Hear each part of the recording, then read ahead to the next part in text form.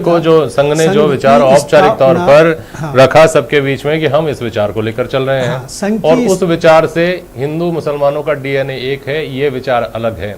इन दोनों को स्पेसिफिक बता दीजिए वो कौन सा विचार इसका मैं बताऊं आपको कि संघ की स्थापना का जो विचार है वो यही था कि उस हिंदुत्वता के अंदर जो हिंदुत्व राष्ट्र है, देखिए एक चीज समझ लीजिए कि हिंदू जो है वो बड़ा सहिष्णु है, वो बहुत उदारवादी है, लेकिन हिंदुत्व जो है ये बहुत क्रूर है और ये बिल्कुल अलग चेहरा है। इन्होंने आरएसएस ने हिंदुत्व को लेकर ही आगे बढ़ाया, जिसके अंदर मुसलमान की कोई जगह नहीं थी, बल्कि मैं साफ कह रहा हूँ कि ईसाई की भी जगह नहीं थी और कम्युनिस्टों की भी जगह नहीं थी। इसी बात को लेकर आगे चले और बाकायदा इस बात को वो कहते रहे, बल्कि हिटलर की विचारधारा को लेकर आगे चले। इनकी पुस्तकों में सब मिल जाएगा ये सारी चीज़, और बिल्कुल लिखित में मौजूद है ये बात। और बल्कि मैं आपको एक चीज़ और आगे बढ़कर बता दूं, 1942 के अंदर जब यहाँ पर कांग्रेस के ऊपर सारा दमन चक्र चल रहा था और उसके ऊपर प्रतिबंध थे, तब यही आरएसएस हिंदू महासभा उस वक्त थी और मुस्लिम लीग के साथ प्रांतीय सरकारें बना रही थी।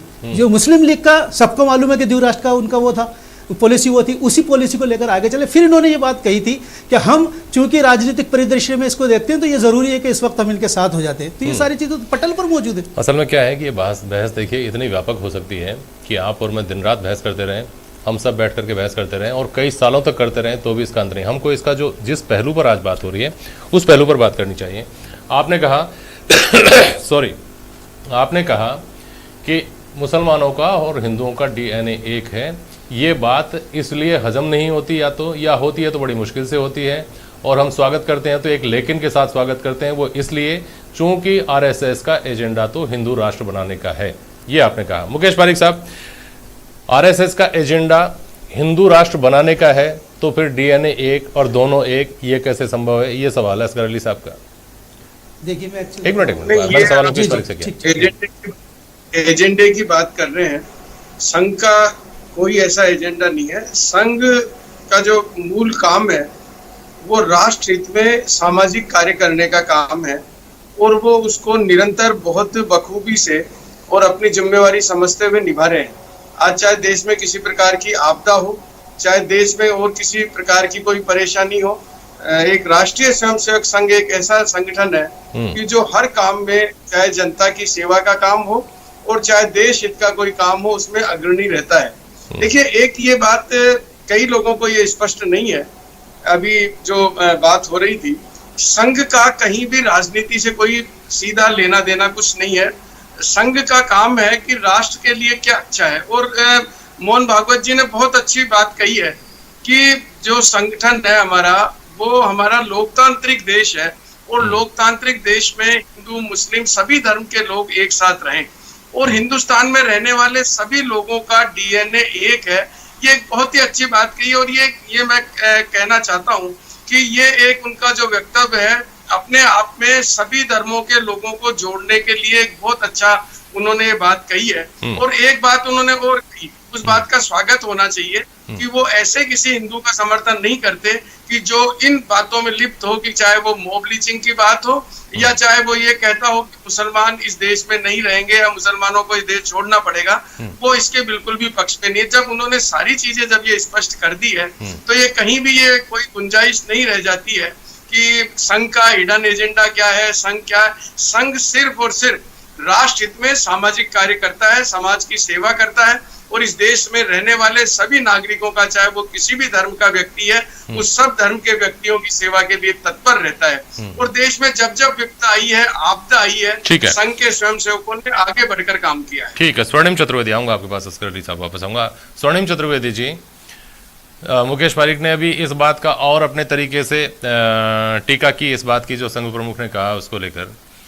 इस बात का स्वागत भी हुआ है तो एक व्यंग्यात्मक तरीके से स्वागत हुआ है, बहुत अच्छी बात है। मतलब जब तक ऐसा बोल नहीं रहे थे तब तक इस बात की शिकायत थी कि ये तो बोलते ही नहीं और इस तरह की बात कभी नहीं बोलते हैं, जब भी बोलते हैं तब भी विघटन की बात ही बोलते हैं। और जब बोला गया तो उसमें फिर ये है कि अच्छा है बोल तो दिया, लेकिन ऊपर तक तो बात पहुंचाओ, उन लोगों को तो कहो। देखिए जेपी जी, बिल्कुल सही बात है। बिल्कुल जेपी जी, मैं आपको बताना चाहता हूँ, हमारी तो विचारधारा हमेशा से ये रही है कि हिंद देश के सभी निवासी एक जन है, चाहे वेश भाषा अलग है। लेकिन सबसे बड़ी बात यह है कि आज आने वाले जो स्टेट्स के चुनाव है, चाहे गुजरात हो, गुजरात के अलावा आप देखेंगे उत्तर प्रदेश है, पंजाब है, यहाँ पे इन चुनावों की आहट के मध्य मोहन भागवत जी का ये जो बयान है, ये थोड़ा अटपटा लगता है, क्योंकि आज तक तो ऐसी कभी बात उन्होंने ना तो कही ना सुनी। और अच्छा होगा अगर ये बात आगे तक जाए, जहां पे प्रधानमंत्री हमारे देश में लोगों के, हमारे ही देश के लोगों के लेकिन कपड़ों के आपने अभी जो कहा ना चुनाव का, एक मिनट, इस पर मेरी एक टिप्पणी है एक पत्रकार के तौर पर। भारतीय जनता पार्टी को इस बात का अच्छी तरह पता है कि उसको एक मुस्लिम वोट नहीं मिलेगा। ये वो गिनकर ही नहीं चलते, अपनी जो काउंटिंग होती है ना, इनका जो पहले लगाते हैं एस्टिमेट कहाँ कहाँ से कितने कितने वोट मिलेंगे, इनको पता है। और इनको ये पता है कि ऐसा बोलने से इनकी वोट बैंक जो पहले से सेटल्ड वोट बैंक है वो और टूट सकता है। तो मुझे ये तो बिल्कुल नहीं लगता कि ये किसी राजनीतिक चातुर्य का प्रदर्शन करते हुए ऐसी कोई बात कही गई है संघ के द्वारा भाजपा को फायदा पहुंचाने के लिए। अब आप अपनी बात आगे बोलिए।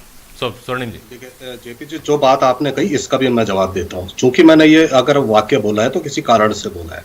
और आप सबसे बड़ी बात देखें, जो मैं कह रहा था कि प्रधानमंत्री जी भी अगर हमारे देश के नागरिकों की में विभेद कर सकते हैं कपड़ों के आधार पर, उनका धर्म बता सकते हैं, तो ये एक मैसेज जाना चाहिए और इस बात की मांग करना कोई गलत नहीं है। और सबसे बड़ी बात, जब चुनाव थे, चुनाव आ रहे हैं और इस तरह की ये बातें आई हैं, तो निश्चित रूप से राजनीतिक बात तो होगी। ऐसी स्थिति में जब ये देखा जाता है, अक्सर देखा जाता है, कोई चुनाव ऐसा नहीं होता जिसमें संघ के कार्यकर्ता या संघ के पदाधिकारी चुनाव संचालन नहीं करते, वोट नहीं मांगते हो। ये हम सब ने देखा। ये कहना कि सिर्फ सांस्कृतिक संगठन है, ये गलत है। सबको पता है कि वोट मांगने भी जाते हैं। और देखिए, भारतीय जनता पार्टी ने तो इस तरह के काम पहले भी किए हैं। आपको अगर याद होगा तो इनके तो राष्ट्रीय अध्यक्ष थे, सिर्फ अपने एक दायरे को तोड़ने के लिए, जिस सीमित दायरे में बंध गए थे, वो पाकिस्तान जाकर के जिन्ना की मजार पर भी मत्था झुकाए थे। तो ये कहना कि आज चुनाव की हट के जो चुनाव के समय, मैंने आपको ये बात इसीलिए कही कि उसके बाद भारतीय जनता पार्टी की जो दशा हुई